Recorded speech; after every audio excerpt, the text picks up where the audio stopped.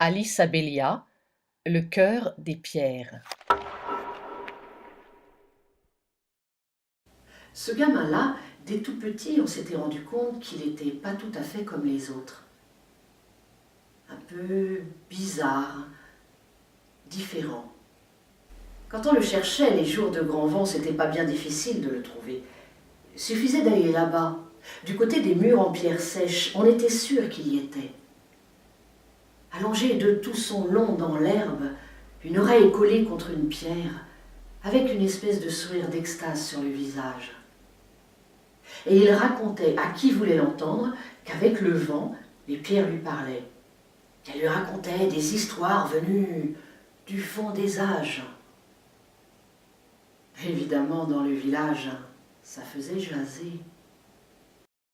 Ça s'est passé le jour du marché. En ce temps-là, pour aller au marché, il fallait passer là-bas, par le petit col, vous savez, entre les deux collines. Là-bas, il n'y a pas un arbre, pas un abri, juste des pierres, d'énormes blocs de granit rose battus par les vents. Depuis le temps qu'elles sont là-bas, les pierres, elles en ont vu passer du monde. Elles connaissent tout de la vie et des humains.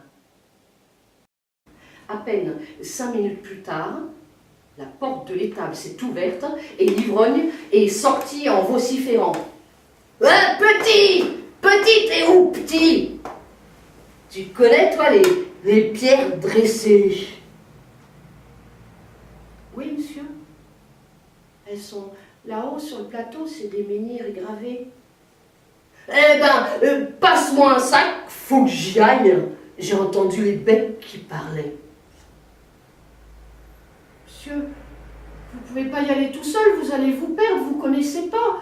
Même s'il y a la pleine lune, vous ne connaissez pas, c'est trop dangereux. » Oh, l'histoire a fait grand bruit dans le village. Au café ce matin-là, on ne parlait que de ça.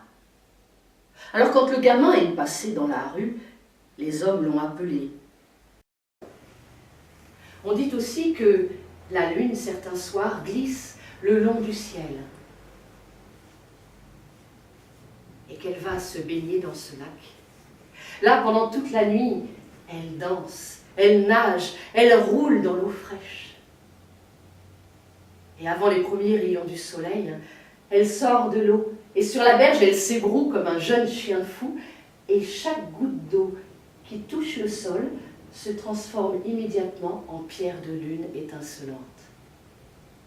Alors la lune glisse à nouveau le long du ciel et elle repart se cacher derrière les nuages juste au moment où le soleil se lève. Quand l'herbe a commencé à reverdir et que les fleurs des arbres ont embaumé l'air, le petit-fils s'est mis en chemin pour monter jusqu'à la bergerie de son grand-père.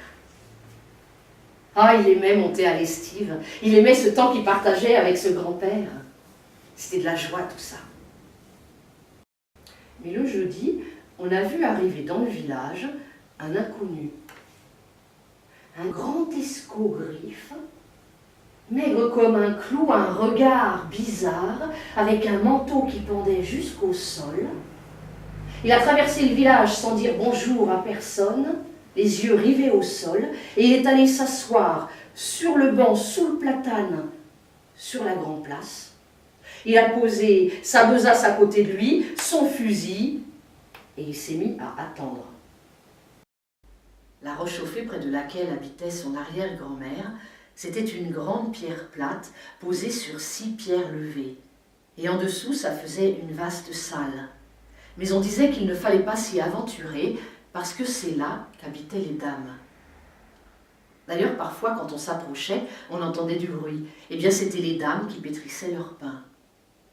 D'autres fois, on sentait même de délicieuses odeurs de cuisine. Quand on est rentré, on a vu de loin le dolmen qui était tout rouge. On a trouvé ça joli, on n'a pas compris. Ça nous a donné envie de danser. Alors on a couru et puis on a sauté sur le dolmen. Et là, on s'est brûlé les pieds et les ailes. Alors on s'en va. Et toi, t'inquiète pas. Tiens, je te donne une pierre. Serre-la fort dans ta main.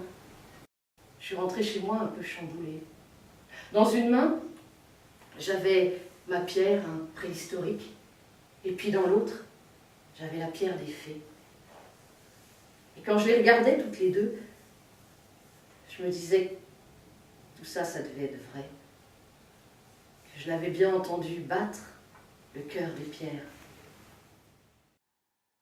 Dolmen, menhir, capitel, que l'on appelle aussi gariote ou bourri, depuis la nuit des temps, les pierres tissent en silence un lien fort avec les humains.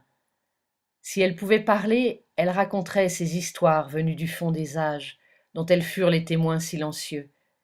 Découvrez les facettes méconnues de celles que l'on croit à tort, immobiles et insensibles.